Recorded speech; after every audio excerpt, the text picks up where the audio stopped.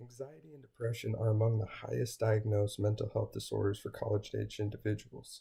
With this information, it makes sense to explore if there's a link between higher education and mental health issues.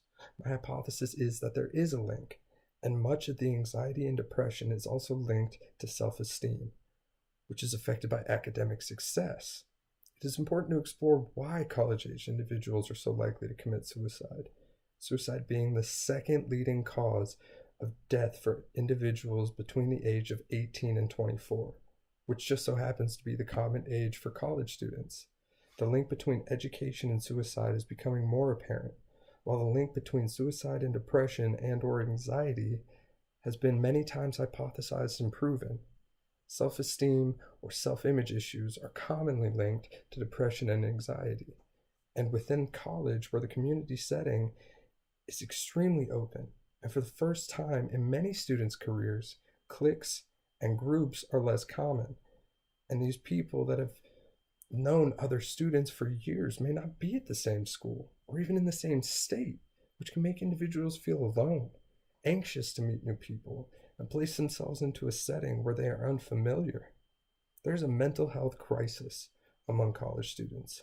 However, we can observe the college campus's willingness to help students, specifically at Colorado State University, at which every student has access to 5 free meetings with a therapist on campus, access to psychiatrists, and a pharmacy which will fulfill the prescriptions for anything the psychiatrists prescribe. Most state-level schools and virtually all private schools have some variation of the same policy, where students are encouraged to reach out for help and are given all the necessary tools and resources to access help.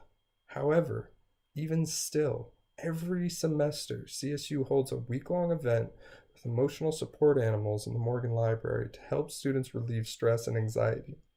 And a PSA is made before finals by Tony Frank, encouraging students who may be depressed or suicidal to reach out for help.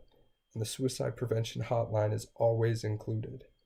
Anxiety and depression is a continuously growing issue, especially on college campuses. And a Time article states that students are seeking treatment for depression, but the schools can't keep up. And between 2009 and 2015, students seeking treatment has grown by roughly 30% on average, while enrollment has grown by less than 6%. Nearly 40% of college students felt so depressed in the past year it was hard for them to function. And suicide rates for this millennium for college students is around 7 per 100,000 students, which translates to nearly 1,120 suicides every year by college students.